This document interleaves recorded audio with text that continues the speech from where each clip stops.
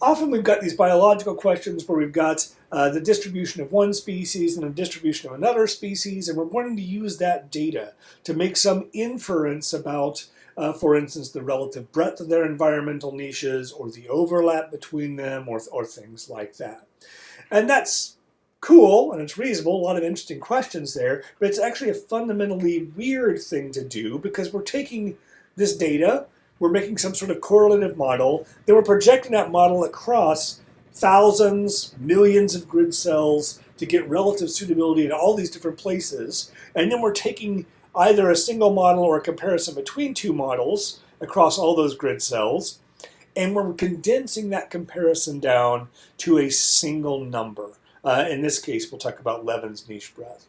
So we're going from point data to a map with all the assumptions that makes, and then we're going from a map or a pair of maps down to a single number. And every step along that way, we're either sort of injecting biases or noise or whatever, or in the case of these metrics, we're often throwing away a lot of information. So don't get me wrong, these metrics are extremely useful. Obviously, I use them all the time. But when we go from comparing a couple of maps to having a single number, there are assumptions, there are bits of information that are discarded or obfuscated, and it's really worth thinking about these things in that context. So I'm not going to drill too much into the actual arithmetic of how these things are calculated. I'm mainly going to talk about the things you need to think about when you're applying these metrics to a biological question. Okay, so niche breadth. This is based on metrics from Levin's from I think 1968, if I remember correctly. There's other metrics of niche breadth that could also be applied to species distribution models. I think a lot of these metrics come out to be very highly correlated, so I don't know how worth it is to kind of get down to the fine details of which metric's better than which. But yeah, basically what these niche breadth metrics do is they essentially just measure the flatness of a probability distribution or a frequency distribution. So these were originally developed in the context of these sort of resource utilization histograms, where you've got these kind of discrete resources. These could be, initially they would be, trees and bushes and fences or whatever you've got. And you basically just calculate how often you see a species you're interested in each of those resource bins. And then Levin's niche breadth metrics are just essentially ways of saying how flat, how uniform is this distribution of frequencies. So this is a species that's occurring in every one of those resource bins at equal frequency, and so it would have a very broad niche breadth, a very high value for that metric. This is a species that's mainly occurring in one of those resource bins, and so it would have a very low niche breadth. It's primarily just occurring in one resource and leaving the other ones relatively empty.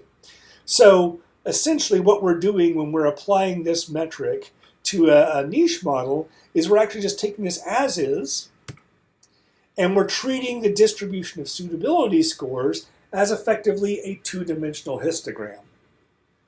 So to go back to my model selection talk, when we do that, we're actually assuming that the suitability scores in each of these grid cells are proportional to the probability of observing your species here or the relative frequency at which you'd observe your species here. So that's a pretty big assumption that this can be treated as a probability distribution, and we have to be aware of that assumption. But now making that assumption, we essentially just go grid cell by grid cell here and calculate the niche breadth metrics just as we would for a resource utilization histogram. And that allows us to get, from a niche model, a single value that tells us essentially how broad or how narrow the distribution of suitable habitat for that species is. And that's very cool, but there are some nuances into how you should think about what that means, right? Because this isn't the breadth of a species niche or niche model in environment space. This isn't saying how broad is the set of environments it can tolerate in any absolute sense. Nor is it saying what proportion of the available habitat is actually suitable for the species. What this is a measure of the flatness of the distribution of suitability scores across a given study region. So that is quite a different thing from saying how broad is the species' environmental tolerances. It's effectively saying how selective would the species be in a given environmental context. And by that I mean a given suite of available environments. How selective would a species be? And that's an important thing to think about. And we're going to talk about this again with overlaps. But this niche estimate, it's filtered through the set of available environments. This is your model intersected with the available habitat that you measure niche breadth across. And that can drastically affect the measures of niche breadth you get. So let's take this example here where I've got this little square model. We could call this a bioclim model if you want to. And we've got the same model for the same species. But now this dashed line here represents the environmental context, so the suite of available environments that we project a model over. So let's say this is the available environments in its home range, and this is, let's say, at, in some introduced range. So when we project this model across this set of available environments, most of those available environments are suitable for this species. So we would probably get a high estimate of niche breadth using our niche breadth metrics. If we actually transfer this to a new environment, though, now this new environment has a lot of combinations of environmental variables that our model doesn't think are suitable for our species. So that's everything over here. And that means the niche breadth we calculate for this model will be quite a bit lower in this context than it is in this context. And that is often a very useful thing to measure. I don't want to make this sound like this isn't a useful measurement, but it does need to be thought of in the context of the available environments. For instance, just as a hypothetical, if a species was actually very specialized in a specific combination of environments, but that combination of environments was extremely common in the study region, it would come out as having a very high niche breadth, because even though its niche is narrow, it's able to live almost everywhere across the landscape, right? So this is a kind of a interesting nuance, but a really useful thing to think about. Just to revisit, this is a measure of the flatness of the distribution of suitability scores in a given set of available environments. Okay, so that's niche breadth. Now we're going to jump over to overlap. And so this is pretty similar in the way it's calculated, but this is overlap is really used for measuring similarities between species or sometimes between models for other reasons. So overlap, once again, this is often calculated using metrics that are taken directly from the sort of classic ecological literature. One of the most popular metrics is Schainer's D. And this, again, was from 1968, weird coincidence, but also was initially intended for comparing resource utilization histograms. So we've got these 5 discrete resources here, and we've got 2 species. And we basically go bin by bin, and we ask how similar are the frequencies for these species in these 2 bins, and in these 2 bins, and these 2 bins, and these 2 bins. And we have this metric D, which is essentially just a way of going across all those bins and just kind of summing up the levels of difference you see between those 2 species. And it goes from 0, where they're using entirely non-overlapping resources, to 1, where they're using the same resources at the same frequency. And so again, the extension to niche models is pretty straightforward. We actually just treat these suitability scores as a 2-dimensional histogram of relative frequency or probability. And then we go grid cell by grid cell, and we calculate the difference in suitability scores between these 2 species. And then we have the way of sort of summing them up into this summary metric that just sort of characterizes overall how similar are the geographic distributions of suitability scores for these 2 species. It's very straightforward, and it's quite useful in hypothesis testing. It is, again, worth thinking about what this isn't. This is a measure of the overlap or the similarity in geographic distributions of estimated habitat suitabilities for 2 species. This isn't overlap in environment space. This is not the same thing as saying their fundamental niches overlap by this much. It's essentially that fundamental niche filtered through the suite of available environments, to the extent that you think the model estimates the fundamental niche. right? And so it's really kind of possibly more about species' ability to interact within a given distribution of available environments than it is about the fundamental niche. And that thing about the availability of habitat in the study area, that's actually really important. I mean, it was with breadth, but it's just as much so with overlap. Because you take, for instance, we've got a blue model here and a green model. We'll call these two species. Well, let's say they overlap. They both these models being somewhat different. Here they say these species are both really like this combination of environments. Well, it happens the combination of environments those models say that both species like are really common in the available environments, this dashed line here, right? So basically, these models, they agree that both species really like this set of environmental conditions, and that set of environmental conditions happens to be really common. And so you'd calculate a really high niche overlap for these species here. However, you could take those same two niche models, right, but you change the available environments, and now you get this model is saying, you know, the blue species likes these conditions, the green species like these conditions, but the only conditions that both the blue and the green species are said to like by these models is right here in this one little corner.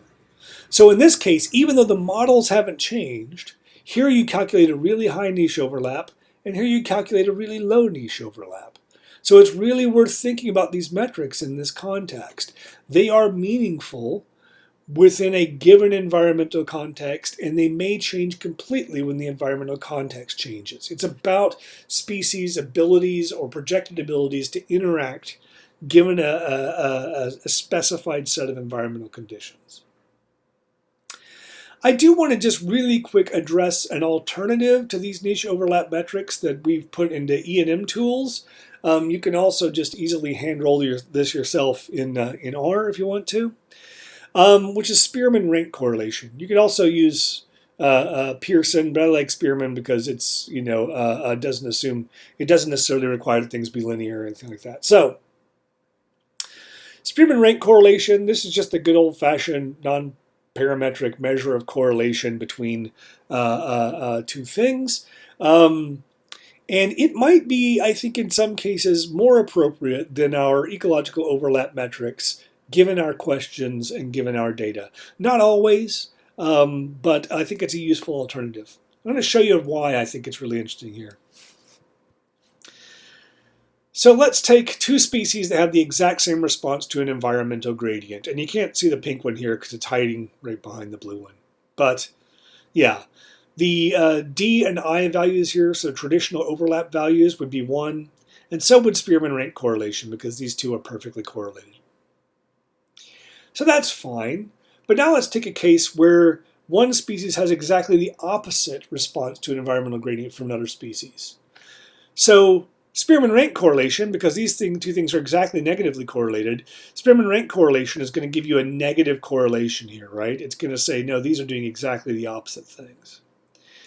But when you look at D and I, they're actually both still telling you you've got a reasonably high amount of overlap, and that's because there is this middle domain here where the habitat is predicted to be somewhat suitable for both species. So you've got a decent chunk of overlap because both species could potentially live under this set of conditions.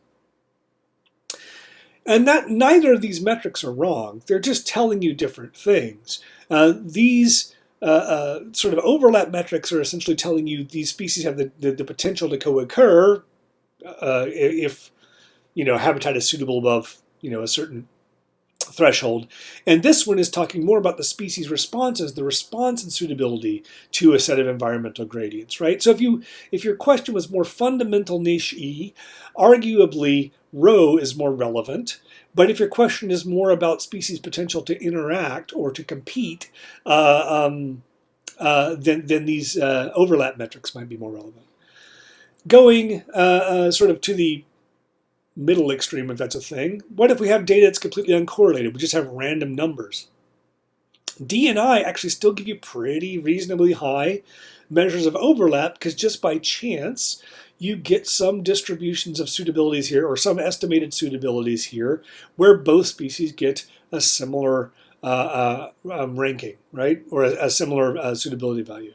Whereas Spearman rank correlation will tell you these two response curves are completely uncorrelated with each other. So I think there's a lot of situations in which this sort of rank correlation is actually doing a better job of telling me at least what I'm usually interested in than do those typical overlap metrics. So to sum that up, overlaps are offering, I think, a more appropriate metric for measuring shared suitable habitat within a specific geographic space.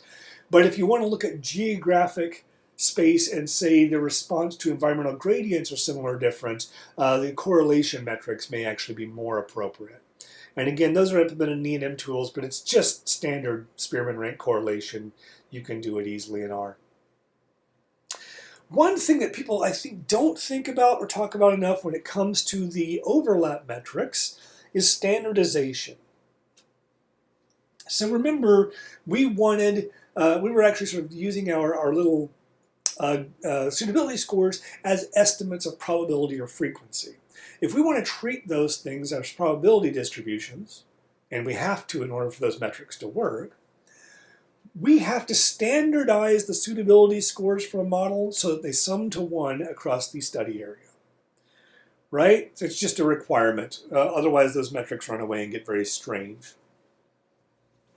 But that requires us to do something very strange. So let's take these two models. So this is an environmental gradient, and this is a model for one species, how it responds to the environment. This is a model for another species. It's actually very identical in shape, but this species has a higher prevalence, so it's more probable under every set of environmental conditions than this one is. So this is a common species, this is a rare species. They actually respond the same relatively to the same set of environmental gradients.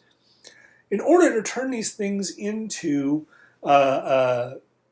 probabilities that we can use in our metrics, both of these distributions have to sum to 1, which means we've essentially got to add all this up and divide by it, so this sums to 1, same here, and that is going to bring this distribution down and possibly bring this distribution up, right? Which makes them the same, even though one has a much higher prevalence than the other one does. So that's a really crucial thing to recognize when it comes to these metrics of breadth and overlap. They essentially flatten out any signal of prevalence. So if two species respond, or if two species models respond to a set of environmental gradients the same way, you will get 100% niche overlap for them, even if one is really common and the other is really rare. So it's really worth considering that that is essentially being removed from your comparison by the way those metrics are calculated. And if you really need prevalence to be a factor when you're comparing your species, you might want to think about different ways of making those comparisons. All right, so that was just a brief conceptual overview of the sorts of ways these things are calculated, and also I think the things you need to keep in mind when you're using these to estimate biological processes and patterns. All right, and thank you very much.